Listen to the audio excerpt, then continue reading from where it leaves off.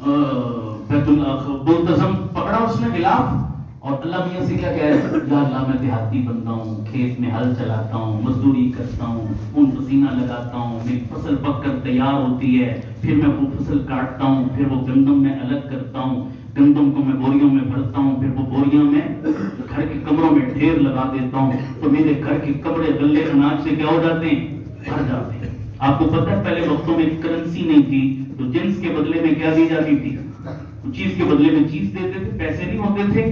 تو وہ دیہاتی کہنے لگا یا اللہ جب غلے اناج سے میرے کمرے بھر جاتے ہیں نا، پھر میرے دروازے پہ ایک بندہ آتا ہے جس نے پورا سال میرے ہاتھ کاٹے ہوتے ہیں، مزدوری مانگتا ہے، میں غلے سے اٹھا کر دے دیتا ہوں۔ پھر ایک موچی آتا ہے جس نے میرے جوتے مرمت کیے ہوتے ہیں، مزدوری مانگتا ہے، میں دانے اٹھا کر دے دیتا ہوں۔ پھر ایک درزی آتا ہے، کپڑے سلائی کیے ہوتے ہیں، مزدوری مانگتا ہے، میں دانے اٹھا کر اس کو دے دیتا ہوں۔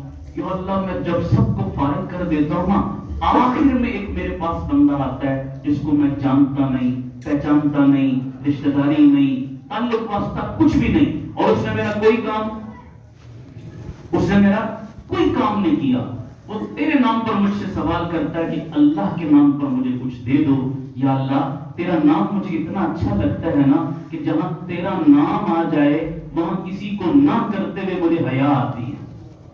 تیرا نام بیچ میں آ جائے نا جب، تو پھر نہ کرتے ہوئے کیا آتی ہے، مجھے شرم آتی ہے۔ یا اللہ اس نے کام تو کوئی نہیں کیا، لیکن تیرے نام پر جب مجھ سے سوال کیا نا، میں نے اس کو نہ نہیں کی، میں نے اس کی جھولی بھی بھر دی۔ اب دیکھو ذرا غور سے سنو ذرا، اتنی بات کر کے وہ دیہاتی ان پڑھ جٹ بندہ بیت اللہ کے غلاف سے ایسے لپٹ گیا اور ایسے رویا جیسے چھوٹا بچہ بلک کر روتا ہے، اور آنکھوں سے اس نے آنسوؤں کی برسات کر دی اور رو کر کہنے لگا میرے مالک میں بھی تیرے دروازے پر اسی بندے کی طرح آیا ہوں جس نے تیری کوئی مزدوری نہیں کی، جس کے پلے عمل کوئی نہیں، نماز روزہ کوئی نہیں، خالی ہاتھ آیا ہوں۔ لیکن اللہ ایک بات تو بتانا، میں بندہ ہو کر اتنی سخاوت کر سکتا ہوں کہ میں اپنے در پہ آنے والے بندے کو جس نے میرا کوئی کام نہیں کیا خالی نہیں لوٹاتا، تو سخیوں کا بادشاہ اپنے دروازے سے مجھے کیسے خالی لوٹا دے۔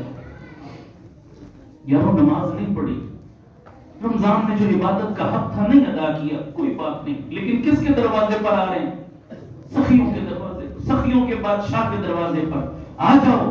اتنا تو کہو یا اللہ مزدوری نہیں کی ہے، لیکن ہم جیسے بندے بھی اگر خالی آنے والوں کو خالی نہیں بھیجتے تو ہمیں خالی ہاتھ آنے والوں کو کیسے خالی بھیج دے گا۔ اتنا تو کہہ لو، اتنی توبہ تو کرو اس کے دروازے پر، اتنے آنسو تو بہاؤ۔ ایک آنسو اتنی خشک آنکھیں آنسو نہیں نکلتا، یہ دل کے سخت ہونے کی کیا ہوتی ہے، بولو، یہ علامت ہوتی ہے کہ دل سخت ہو چکے، دل آنکھوں سے آنکھیں نم نہیں ہوتی۔ کوئی ایک آنسو تو ایسا نکالو تو قیامت والے دن ہمارا کیا بن جائے، گواہ۔ ادھر نکلے ادھر اس کو خبر ہو، کوئی آنسو تو ایسا معتبر ہو، ادھر نکلے ادھر اس کو خبر ہو، کوئی آنسو تو ایسا معتبر ہو، کوئی آنسو تو بہاؤ تو قیامت والے دن ہمارا گواہ بن جائے کہ اللہ یہ تیرے خوف سے نکلا تھا۔ اور اللہ کہتا ہے اللہ کے خوف سے آنسو کا ایک قطرہ مکھی کے پر کے برابر نکلے اور چہرے پر بہ جائے، اللہ اس چہرے پر جہنم کی آگ حرام کر دیتا ہے۔ وہ ایک آنسو کی قیمت لگاتا ہے۔ قیامت والے دن لوگ روئیں گے، حدیث میں آتا ہے اتنا روئیں گے کہ آنکھیں خشک ہو جائیں گی، ہڈیوں کا گودا پیٹ بن کر بہ پڑے گا، اتنے آنسو بہائیں گے قیامت والے دن کہ ان کے آنسوؤں میں کشتیاں چلائی جائیں تو کشتیاں چلنے لگ پڑے۔ لیکن اس دن کوئی رونا دھونا چیخو پکار، بولو لوگ چیخیں گے، اللہ ایک دفعہ سن تو لے ہم کیا کہنا چاہتے ہیں، ایک دفعہ توجہ تو کر، ہماری فریاد تو سن۔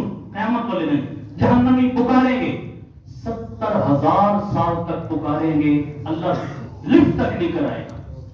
کتنا عرصہ توجہ نہیں کرے گا اللہ کی چیخو پکارو۔ 70,000 سال کے بعد جواب بھی دے گا تو کیا دے گا، قرآن میں ہے اخسؤوا فیہا، یہ ترجمہ کر رہا ہوں میں اس آیت کا۔ 70,000 سال بعد اللہ ان کی چیخو پکار کا کیا جواب دے گا، اخسؤوا فیہا ولا تکلمون، اپنی بک بک بند کرو، آج مجھ سے کوئی کلام مت کرے۔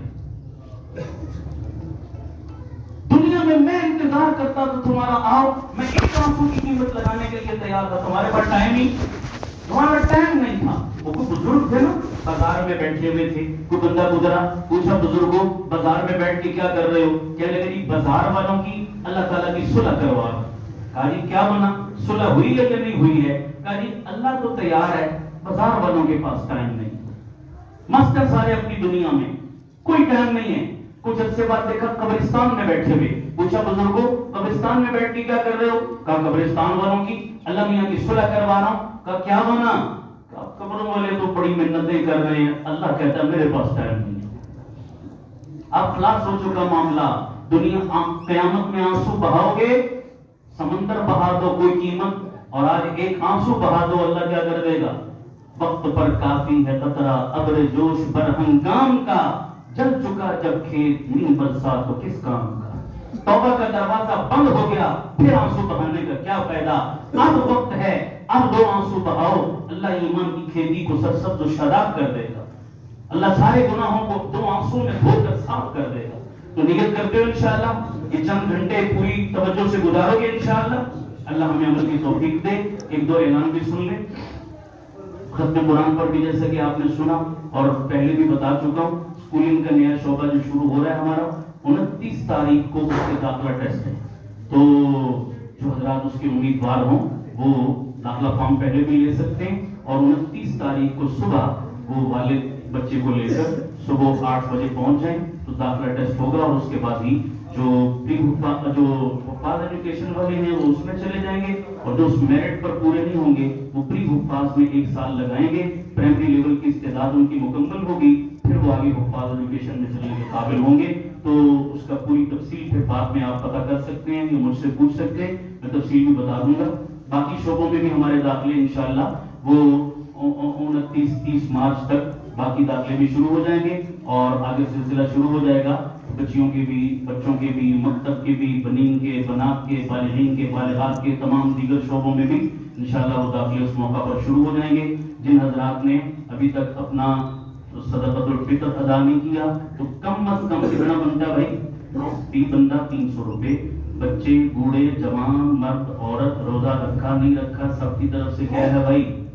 اب وہ تو زیادہ دو, نہیں تو کم از کم 300. تو یہ پہلے ادا کرنا ضروری ہوتا ہے, اور اس کا بھی بہترین مصرف آپ کا اپنا مدرسہ ہے. لہذا مدرسے کے لیے آپ ضرور اپنی زکوٰۃ اور شکرانہ یہ بھی ابھی جمع کروائیں. مسجد پہ نہیں لگتا تو مسجد والی ٹوکری میں اپنی زکوٰۃ یا فطرانہ نہ ڈالا کریں. اگر کسی نے ڈالا تو وہ ادا نہیں ہوا, دوبارہ ادا کرے. اور مسجد مدرسے میں زکوٰۃ اور فطرانہ وغیرہ یہ لگ سکتا ہے اور آپ دے سکتے ہیں. لہذا آپ اپنا تعاون بھی ضرور کریں. اللہ ہمیں عمل کی توفیق عطا فرمائے. آگے ہو کر سنتیں ادا کریں, جو اپنا اگلا خلا ہے وہ کر لیں تاکہ باہر والوں کو جگہ ملے. پیچھے جگہ تنگ لوگ کھڑے